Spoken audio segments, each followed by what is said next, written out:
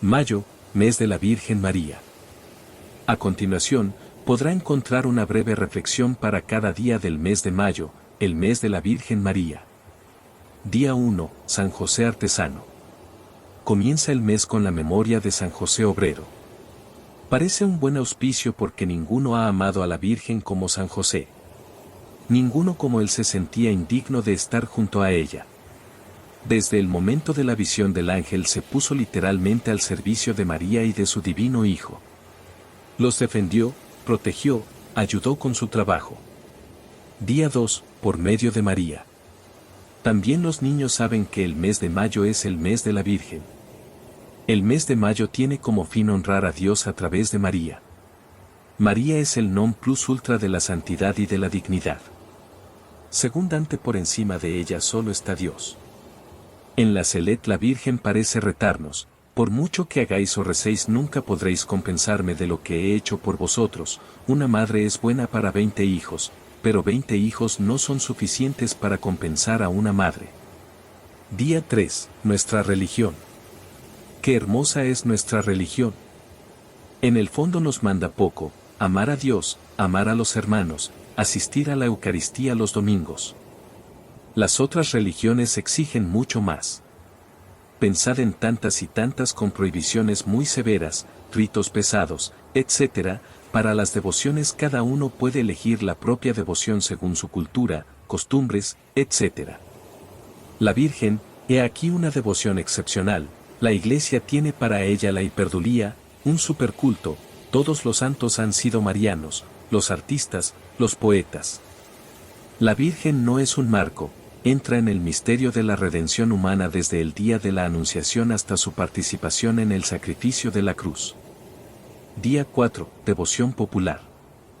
Admitámoslo, nuestra devoción a María debe ser más clara, más fundada, más bíblica. Pero no por esto debe dejar de ser humilde, sencilla, popular. Decía un sacerdote bastante erudito: me agrada encender una vela, pero antes miro alrededor por si hay algún teólogo moderno observándome. Hoy incluso los llamados modernos han descubierto la validez de la devoción popular. Ha habido una inversión de tendencia, porque nunca se han visto aflorar tantas peregrinaciones a los santuarios marianos como en nuestros días. Lourdes, Fátima, El Pilar, El Rocío, Guadalupe, Covadonga. Día 5, Madre de Misericordia. No es necesario ser grandes teólogos, basta con examinarnos nuestra propia vida: cuántas miserias, cuántas limitaciones, cuánta necesidad tenemos de un Salvador, de la Virgen María, Madre de Misericordia. Las lágrimas de la Virgen en su vida y hoy, en algunas apariciones, nos explican qué son los pecados. Basta pensar cómo castigó Dios a alguno de sus ángeles, cómo castigó a Adán y a Eva. Qué tragedia y qué misterio. Jesús vino solo para quitar nuestros pecados. La Virgen María se preocupa de interceder misericordiosamente por nosotros. 6. La criatura más santa. A los sacerdotes se les hacen las preguntas más extrañas. Se les pregunta a veces si un santo es más grande que otro porque hace más milagros. Dios se sirve de los santos como instrumentos de su gracia. Quien hace los milagros es Dios, pero se sirve de algunos santos y, sobre todo, de la Virgen María. Solo Dios es santo, es más santo quien más se parece a Dios, quien está más cercano a Él. He aquí porque la Virgen María es la criatura más santa. Siendo Dios amor, se asemeja a Dios solo con el amor. 7. Concepción de María. Nada más cierto que el pecado original, decía el gran convertido Chesterton, basta ver las consecuencias físicas y morales en el mundo. No hay necesidad de comprobarlo. Cuando hay cualquier desgracia, desastre, podemos siempre decir: es la causa del pecado original. La concepción de María fue inmaculada.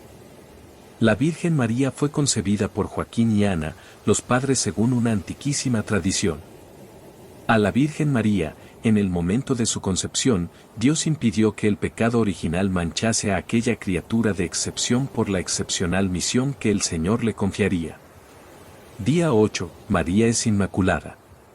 Todos sabemos que María es la Virgen Inmaculada, pero no todos saben que esta verdad, hoy dogma de fe, no ha tenido vida fácil en la historia de la Iglesia. A nosotros, sencillos fieles, no nos parece que haya alguna dificultad en admitir que María es inmaculada, parece algo obvio debiendo ser la madre de Jesús, la madre de quien venía a combatir el pecado. El pecado original hizo perder la vida divina, la gracia para Adán y todos sus descendientes. Si el sarmiento pierde el contacto con la cepa, se seca, muere. Jesús, al redimir en él las dos naturalezas, restablecerá el contacto. Como cuando una locomotora pierde el contacto con el hilo eléctrico. Día 9. La sangre de Cristo. Hemos entendido una cosa, que todo depende de la sangre preciosísima de Jesús. Sí, todo tiene su origen en la sangre de Jesús. Solo ella quita el pecado, todos los pecados. Ya lo dice la Escritura, sin efusión de sangre no hay remisión. Y esta sangre se nos aplica con los sacramentos. El agua del bautismo que limpia el alma, es la sangre de Cristo que penetra en el corazón, en el alma del bautizado. Cuando el sacerdote dice, yo te absuelvo, él toma nuestra alma manchada y la zambulle en la sangre preciosa de Cristo, y así surge regenerada, bella, con la belleza de los ángeles. Día 10. La dignidad de María. Estamos aquí para rezar a la Virgen, para honrarla, para decirle cuánto la queremos, y no nos cansaremos de sentir hablar de ella, de su grandeza, de su santidad, de su dignidad. Su vida fue modesta, humilde, la mujer de un pobre artesano, en una pobre casa con higuera ante la puerta. Alguno dice que como todas las mujeres de aquel tiempo, también María tendría las 2 o 3 gallinas para que no faltase el huevo a su pequeño Jesús. Cristo, ahora tiene la corona de oro sobre su cabeza, el cetro en la mano, pero entonces, ninguna corona ni ropas de lujo, ni tronos, sino el humilde taburete de los pobres. Día 11. La inocencia de los humildes. La mayor revolución cristiana, después de Cristo, fue la de ese Francisco de Asís. ¿Por qué precisamente a ti? ¿Por qué precisamente acuden a ti todas estas gentes? El humilde pobre respondió, porque el Señor no ha encontrado ninguno tan mezquino como yo. El santo se tenía como más mezquino que los demonios, y decía, si ellos hubieran recibido las gracias que he recibido yo, amarían al Señor más que yo. La Virgen tiene las mismas preferencias que Jesús. ¿A quién se aparece? A niños, pero no niños instruidos, de buena familia, sino a unos ignorantes, analfabetos, sin ningún atractivo. ¿Por qué? La única razón era la extrema inocencia, su total candor. Tenían sí defectos, fruto de la ignorancia de sus padres, pero no tenían vicios. Analicemos los casos de la Celet, Lourdes, Fátima. Todos habían conservado la pureza de los lirios.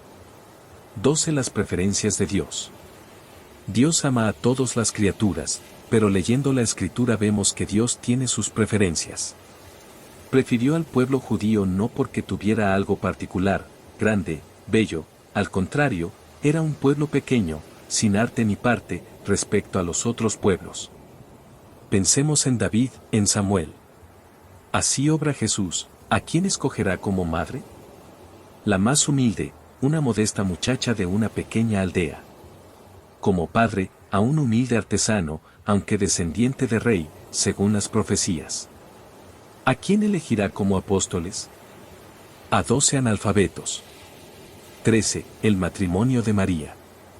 ¿Era necesario que María se casara? ¿No era mejor que hubiera quedado virgen en su casa, en vez de casarse, cuando todos sabemos los riesgos que comporta el matrimonio? He aquí un episodio histórico. Cuando se casó Federico Owsenham, un abogado destinado a la gloria de los altares, su amigo y gran predicador dijo, que pobre Federico no ha sabido evitar la trampa del matrimonio, pero el Papa en una audiencia le contestó, no sabía que Jesucristo hubiera inventado e instituido los sacramentos y una trampa. Dios preparó a María para su estupenda misión de Madre de Dios, así como preparó a José que le sería puesto junto a ella. Cuando Dios llama a una misión, da al elegido todas las virtudes y las dotes necesarias para que pueda desarrollar aquella misión, dice San Bernardino de Siena. 14. La Bella Señora. Cuando el ángel de la Anunciación se aparece a María, no la saluda por el nombre, sino que exclama: Salve llena de gracia. Alégrate, llena de Dios, llena de alegría. Solo después dirá: No temas, María. ¿Qué significa este nombre? Para nosotros significa la toda bella, la bella señora, la estrella de la mañana, la estrella del amor. De Emichis decía de su madre: Cuanto más la miro, más bella me parece. María es la criatura más pura, más santa, más inmaculada de la creación. Así también nosotros miramos a María. Su belleza transformará nuestro corazón. 15. La Anunciación. Todos sabemos que el relato de la Anunciación es el episodio central de toda la vida de María. El Beato Angélico no se cansaba de reproducirlo. Los pintores representan a la Virgen de rodillas, con un libro en las manos, en casa. Los griegos, en cambio, dicen que la aparición ocurre por el camino cuando María volvía de la fuente. ¿Quién tiene razón? Ciertamente en casa, el relato evangélico es claro. Leámoslo de nuevo. 16. Hijo de María. Dios se revela a sí mismo, Dios revela el misterio de la Trinidad. Dios revela un secreto: el Hijo de Dios está por hacerse también Hijo de María. Este es el secreto de los secretos, nunca revelado ni siquiera a los santos del Antiguo Testamento. Por tanto, Dios Padre, si tiene un Hijo, ¿cómo sucederá el prodigio? El Espíritu Santo te cubrirá con su sombra. Atentos cuando en la Biblia se habla de sombra, de nube. La nube indica la presencia de Dios. He aquí cómo se ha desvelado a María el misterio más augusto de la religión cristiana, un Dios en tres personas, iguales y distintas como recita el Catecismo. Estamos en el punto central del misterio cristiano, el encuentro de la divinidad con la humanidad, el invisible que se hace visible. 17. Acción y contemplación. La primera vez que la Escritura habla de María, la presenta como mujer. Es la mujer misteriosa, inconciliable enemiga de la serpiente y su eterna vencedora. No dice si está casada, si es viuda, su hijo habla solo de su estirpe.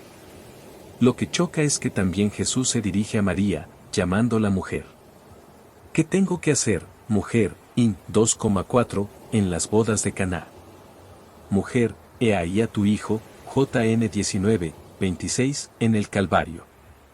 Incluso San Pablo: Dios envió a su hijo, nacido de mujer, Gal. 4,4, María no cesó de ser mujer.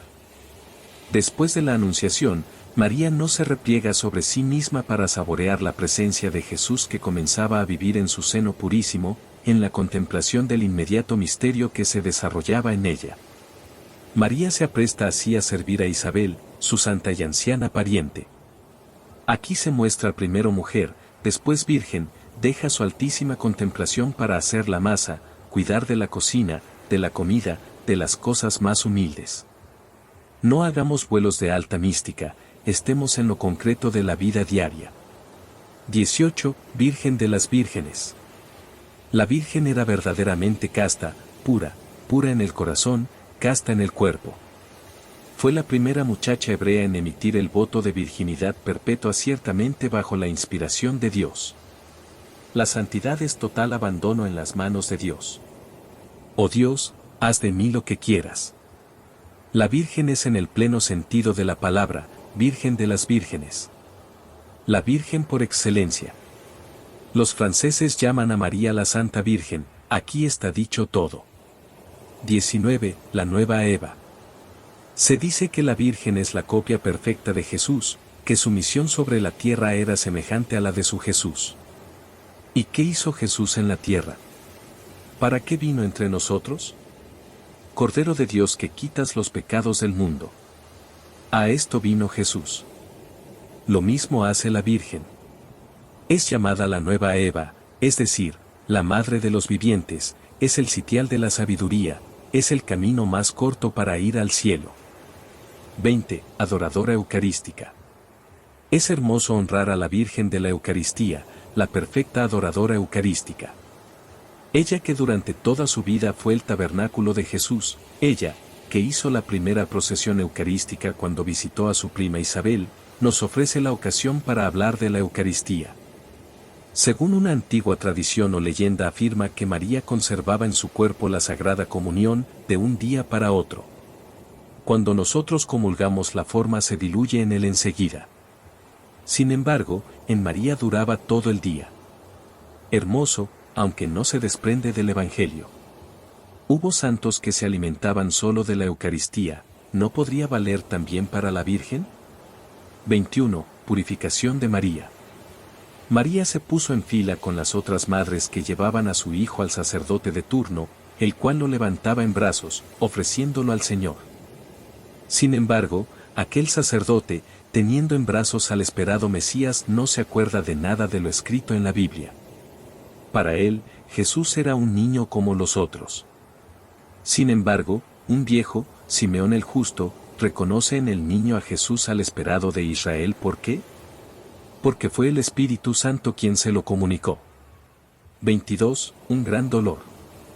Simeón, como María y Zacarías expresa con el cántico su alegría, predice que el niño está puesto para salvación o ruina de los pueblos, ninguno es más amado y odiado que Jesús. Después Simeón habla a María, prediciéndole que una espada la traspasará el alma, tendrá solo dolor, tanto dolor, por parte de Jesús porque él sacará a la luz los buenos y los malos. No nos equivoquemos, la santidad es fruto del combate, un combate entre el odio y el amor por Jesús. Junto a Simeón está la anciana Ana que puede abrazar a Jesús. De ella se dice que rezaba día y noche. ¿Y nosotros? 23. En la escuela de María. El Evangelio nos dice que María meditaba en su corazón las palabras de Jesús, todo lo que sucedía a Jesús, es decir, era una mujer reflexiva. Esta es una clara invitación a imitarla, a tener a Jesús siempre presente en el corazón, en la mente. El verdadero devoto en la escuela de María es un alma que medita, que contempla. San Alfonso dice, comunión y pecado pueden estar juntos, meditación y pecado, no, o se deja uno o se deja el otro. Santa Teresa de Jesús dice, haz un cuarto de hora de meditación al día y yo te prometo el paraíso, y sugería esta fórmula, mira a aquel que te está mirando. 24. Jesús, perdido, en el templo. Jesús tiene 12 años, y para los hebreos, a esta edad, comienza la obligación de ir al templo de Jerusalén una o más veces al año. La pérdida de Jesús no hay que achacarla a negligencia de María o de José, ya que los niños podían estar tanto con el grupo de los hombres, como el de las mujeres. ¿Dónde estará Jesús? En una de tantas salas. Finalmente, míralo. Jesús está en medio de los doctores de la ley, que lo escuchan, le preguntan y responde a sus preguntas. Nunca oí a un muchacho tan docto, señora, déjelo aquí, lo educaremos nosotros. Pero María no quería desprenderse de Jesús, y da las gracias a todos y lo estrecha junto a su pecho. Así debemos hacer nosotros, especialmente después de haberlo perdido por el pecado. No perdamos tiempo, acerquémonos a la iglesia y pidamos perdón al Señor con una hermosa confesión. Con la ayuda de María encontraremos a Jesús en el fondo de nuestro templo espiritual. 25. Las lágrimas de María. Perder a Jesús, qué desgracia.